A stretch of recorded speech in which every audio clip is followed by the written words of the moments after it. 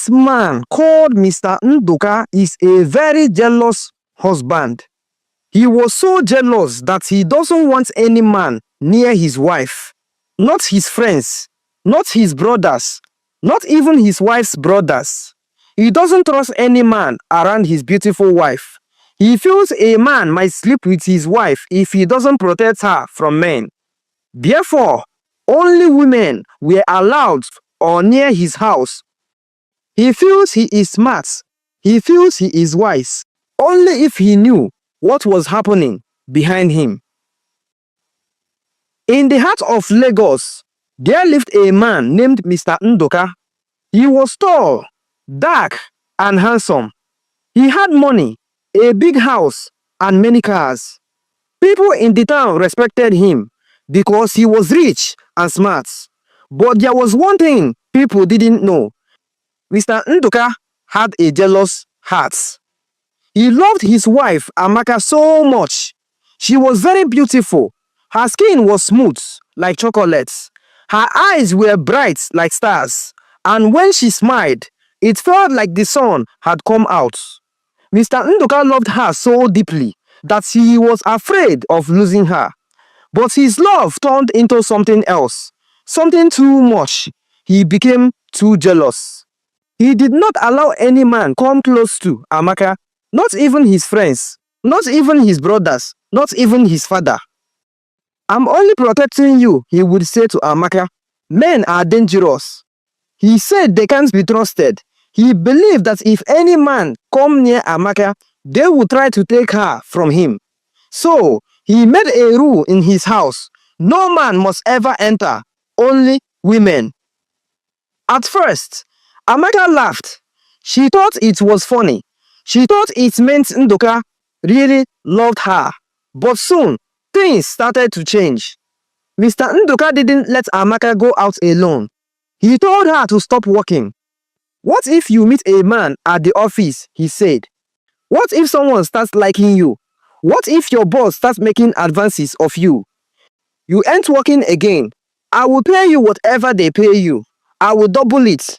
Just stay at home. So, Amaka stayed at home every day. She cooked. She cleaned. She read books. But she was bored. Very bored. Even the cook and the gate man were women. Mr. Nduka did not want any male staff in his house. My house is a safe place, he would say proudly. No man can ever take what is mine. But Amaka wasn't happy. She had no freedom, no excitement, no fun. She felt like a bird inside a golden cage. The cage was beautiful, yes, but it was still a cage. She missed talking to people. She missed the outside world. She missed being free. But Mr. Nduka didn't see her pain. He only saw his love, his fear, his jealousy. And that was the beginning of something no one expected. Mr. Nduka's house was big and beautiful. It had shiny floors, soft chairs, and walls painted with gold and cream. There were many rooms, all filled with nice things. From outside, people admired the house. They said, "Ah, Amaka is lucky. Her husband loves her so much." But inside the house, Amaka didn't feel lucky. She felt lonely. She felt like a prisoner in a pretty place. Every day, she woke up, wore her wrapper, and sat on the couch. She would look at the clock as the minutes slowly passed. Sometimes she cooked, sometimes she cleaned, but most times she just sat alone. There were no male visitors. None. Not even Mr. Nduka's own father came to visit. One day, her father-in-law came to the gates. "I want to see my son," he said. But the female security guard replied, "Oga said no men are allowed." The old man went home angry. Another time, Mr. Nduka's younger brother brought some business papers to sign. He was turned away too. No male must enter this house, Mr. Nduka had warned the workers. He trusted no one. Even when Amaka begged him, "Please, let me visit my mother," he said no. She has male cousins and uncles. What if they see you and like you? So, Amaka stayed home always. She tried to smile. She tried to stay strong. But every day, her heart grew weaker. Sometimes, she looked out the window and watched people walk on the street, laughing, talking, living. She wished she could join them, but she was stuck. She began talking to the walls, talking to herself. Mr. Nduka did not notice. He thought she was happy because she was safe. At night, he would hold her hand and say, "You are my queen. I'm keeping you safe from wicked men." Amaka would nod, but her heart would cry. She started to feel like she was disappearing, little by little. Her beauty remained, but her joy was fading. What Mr. Nduka didn't understand was this: a flower needs sunlight to grow. If you lock it inside a box, it will wither, even if the box is made of gold. One hot afternoon, the generator was humming and the ceiling fan was turning slowly. Amaka sat in the living room again, staring at the wall. She was tired of reading books, tired of sitting, tired of being alone. Then Chinwe walked in. Chinwe was the new maid.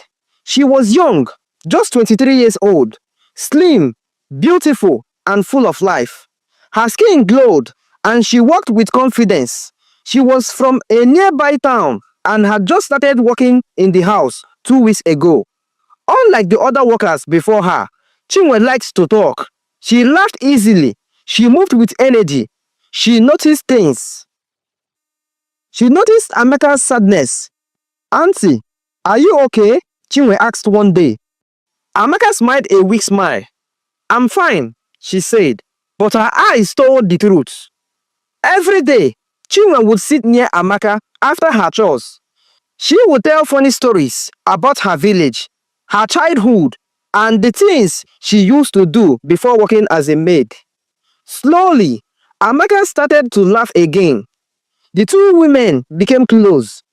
They cooked together, watched movies together, talked for hours. At this point, Amaka could no longer do without Chinwe. She wants her by her side every time. It's like Chinwe, the housemaid, was becoming her best friend. She helps keep her busy, help her to cure boredom. Amaka saw a good friendship in Chinwe, but she didn't know Chinwe was seeing something else. One day, while they were in the kitchen, Chinwe looked at Amaka and said, "You are beautiful, ma." Amaka smiled. "Thank you, Chinwe." "No, I mean it," Chinwe said. "You have the kind of beauty that makes hearts beat fast. Like if I was a man, I will devour you right now. Your husband, Mr. Nduka, is really enjoying. He is a lucky man. No wonder he doesn't want men near you. He knows you are too beautiful, ma. You look like all this model in the television. In fact, I think you should be given the award of Miss Nigeria, Miss Africa, and the most beautiful woman in the whole world, to all together." Amaka was surprised. No one had complimented her like that in a long time. Mr. Nduka used to, but lately, he was always rushing to work, always tired. Chinwe's eyes were warm. Her words were soft. From that day, something started to change between them. Their friendship became tighter. Amaka even told her to stop calling her madam anymore. Since they were now friends, Chinwe can now call her by her name, Amaka. She didn't know Chinwe wanted more than just friendship. One evening, it rained heavily. The whole house was quiet and peaceful. Chinwe and Amaka sat close together in the bedroom watching a movie. Their hands touched. They didn't pull away. Then, Chinwe gently moved closer and said, "You don't have to be lonely anymore." Before Amaka could speak, Chinwe kissed her, softly, slowly. Amaka was shocked, but she didn't push her away. Her heart was beating fast. She didn't understand what was happening. She didn't know how to react or what to say. She was speechless, but it felt like someone had finally seen her, not just her face, but her soul. And that night, Amaka did not feel alone. She felt alive. She did what she would have never imagined was possible. After that rainy night, nothing was the same again between Amaka and Chinwe. Amaka had tasted something different, something that filled the empty space in her heart. For the first time in many years, she felt free, she felt wanted, she felt seen. Every time Chinwe touched her hand or whispered in her ear, Amaka felt her body wake up again. A kind of joy and excitement grew inside her. She laughed more, she smiled more, her eyes were bright again. Mr. Nduka noticed the change. My wife is happy again, he said to himself. Maybe staying home with female company is truly the best. He had no idea what was really happening. Amaka and Chinwe began spending more time together. They would stay in the bed, laughing, whispering, holding each other, and then, one day, Chinwe brought a friend. Her name was Ada, a beautiful woman with soft eyes and quiet voice. She was like Chinwe, but bolder. Don't worry, Chinwe told Amaka. She's like me. You will like her. At first, Amaka was nervous, but Ada was gentle. She knew what to say, where to touch, how to make Amaka feel special. That was how it began. 1 became 2. 2 became 3. Amaka was now the center of attention, surrounded by women who loved her, touched her, listened to her, women who came during the day, women who came in the night. And Mr. Nduka, he was happier than ever. She no longer asked to go out. He told his colleagues at work, she's always home, peaceful, quiet. I have finally trained her well. They all laughed and clapped for him. You are a real man, Nduka, they said. You have full control of your wife. But the truth, he had lost all control. He just didn't know it yet. Amaka no longer cared of the outside world. Everything she needed came to her, behind closed doors. The other women started calling their house the garden. Amaka is our rose, they would say. And this house is where she blossoms. Sometimes, when visitors came, they locked the bedroom door. They played music to cover the sounds. They laughed and mourned quietly while Mr. Nduka sat downstairs, sipping wine, proud and blind. In his mind, he had won. He had defeated temptation. He had chased away all men. But what he did not understand was this. Temptation wears many faces, and sometimes it wears a smile and walks in through the door you left open. The house of Mr. Nduka had become a secret garden, a place where many women came in and went. Morning and night, the neighbors noticed. From her balcony, Mama Nkechi watched with sharp eyes. Every day, different women entered that house. She whispered to her friend, always women, and always through the back door. The gate woman Ngozi also noticed. She was quiet but not blind. Sometimes, she would hear giggles upstairs. Other times, she heard soft music and sounds she couldn't explain. She knew something strange was going on, but she said nothing. After all, she was being paid well. One afternoon, the tailor who came to deliver clothes leaned to the gate and whispered, "This house no be delivery. Na only women dey waka in and out. Something dey happen wey people no dey talk about." The driver across the street, Baba Cain, laughed. "You are jealous. Don't worry. Mr. Nduka is smart. He is protecting his wife from men." But deep down, even he was curious. Inside the house, Amaka was glowing. Her skin shone. Her eyes danced. She wore light makeup again. She tied her wrapper in stylish ways. She looked like a queen. Mr. Nduka noticed. "You are happy, my dear," he said one morning. Amaka smiled. "Yes, I'm happy." He kissed her forehead. "I knew it. I knew that keeping you away from men would bring peace." He had no idea what was going on behind him. That night, Amaka had 2 visitors, Chinwe and another new friend. They laughed together, stayed up late, and locked the bedroom door as usual. From downstairs, Mr. Nduka heard laughter. He walked to the door and knocked. "Who is that?" Amaka asked from inside. "It's me," he said. "Oh, It's just us women, she answered quickly. We are watching a movie. He smiled. Carry on, he said proudly. Enjoy yourselves. Then he walked away. In his heart, he believed he had built a perfect system, a safe home, a home without men, a home where his wife would never be tempted. But what he didn't know was this: jealousy can blind you, and when your eyes are closed, the very thing you fear can happen right under your nose. The whispers in the street grew louder.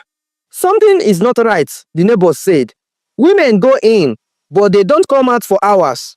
And the husband, he never suspects anything. Still, Mr. Nduka didn't worry. To him, they are just women. But soon, the truth would come, knocking on his own bedroom door. It was a Wednesday afternoon.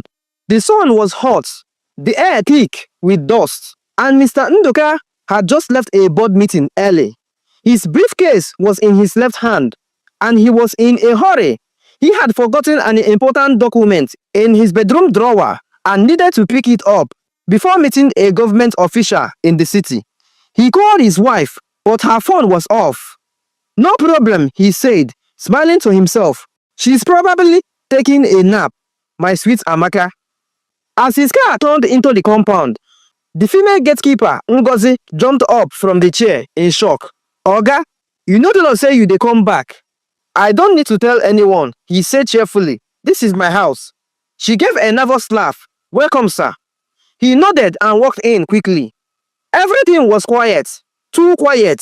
The house had that strange kind of silence that only comes when something is being hidden. He walked past the living room where the TV was on, but no one was watching. There were two half-empty wine glasses on the table. Lipstick stains marked the rim. He paused. Amaka and her friends must be upstairs, he thought. He walked upstairs, his shoes clicking softly on the polished tiles. As he reached the landing, he heard it. Soft laughter, then silence, then low moans. He frowned. He moved closer to the bedroom door. It was half closed. The curtain inside danced gently with the breeze from the window. Then he heard her voice, Amaka, and another woman's voice. I missed you, one of them whispered. Then the bed creaked. Then another moan. Then more laughter. The air inside Mr. Nduka's chest froze. His heart began to beat faster. His hand shook as he pushed the door open slowly, and what he saw broke him. There in the bed he bought with his own money, the bed they shared as husband and wife, was Amaka, completely naked, her arms wrapped around a woman, a beautiful curvy woman with dreadlocks and golden earrings. Their bodies were close, lips locked, skin on skin. They didn't even notice him at first. They were lost in their passion. Then Amaka's eyes opened. She froze. Nduka, she whispered. The other woman turned and jumped out of the bed, grabbing the bedsheet to cover herself. But it was too late. The image was burned into his soul. Mr. Nduka dropped his briefcase. His hand touched the wall to keep himself from falling. His eyes widened in disbelief. No, he said softly. No, Amaka, what is this? Amaka stood slowly, wrapped in a bedsheet. Her lips trembled, her eyes filled with tears. But she didn't speak. You? With a woman? He stammered. All these months, all these visitors, this is what you've been doing? Still, she said nothing. He looked around the room, the soft music playing from the speaker, the bottle of wine on the side table, the red underwear hanging on the chair. Everything made sense now. He sank onto the floor, holding his head, his pride, his plans, his system destroyed in one moment. After everything I did, I protected you from men. I gave you everything. How could you do this to me? He cried out. Now Amaka spoke, her voice soft but full of pain. You didn't protect me, Nduka. You caged me. You kept me away from the world like I was some property. I was lonely. I was dying inside. I needed love. I needed touch. You were never there for me emotionally. Only your jealousy was. But women, he shouted, standing again. Women, Amaka. Yes, women, she replied, now fame. Because you made sure no man ever come near me. You locked every door except the one you didn't think was dangerous. The other woman quickly picked up her clothes and ran out. But it was too late. The damage had already been done. Nduka walked to the window. He was breathing hard. He opened his mouth to speak, then closed it. He was broken. His eyes were red. His voice cracked. I lost you. I lost you because of my own fear. There was a knock at the door. It was Chinwe. She entered slowly, seeing the chaos. Her face dropped. Oga, I'm so sorry. I didn't mean for it to happen like this. He looked at her with cold eyes. It was you. You started this, he said quietly. I only gave her what she was missing, Chinwe replied. Nduka raised his hand as if to slap her, then dropped it. What was the point? The war was already lost. He turned to Amaka. I don't even know who you are anymore, he whispered. Amaka stepped closer. Her voice was calm. You knew who I was. You just didn't care to keep me alive on the inside. She walked past him, picked up her robe, and left the room. Chinwe followed her, head bowed. Mr. Nduka stood alone in the center of the room that once smelled like love, now stank of betrayal. He looked around. All the money, all the furniture, all the rules, all the protection, none of it mattered now. He had caged her body, but not her heart. He had locked out the men, but he forgot the women. Mr. Nduka fell to his knees and wept, the tears of a man who had loved too much and lost everything.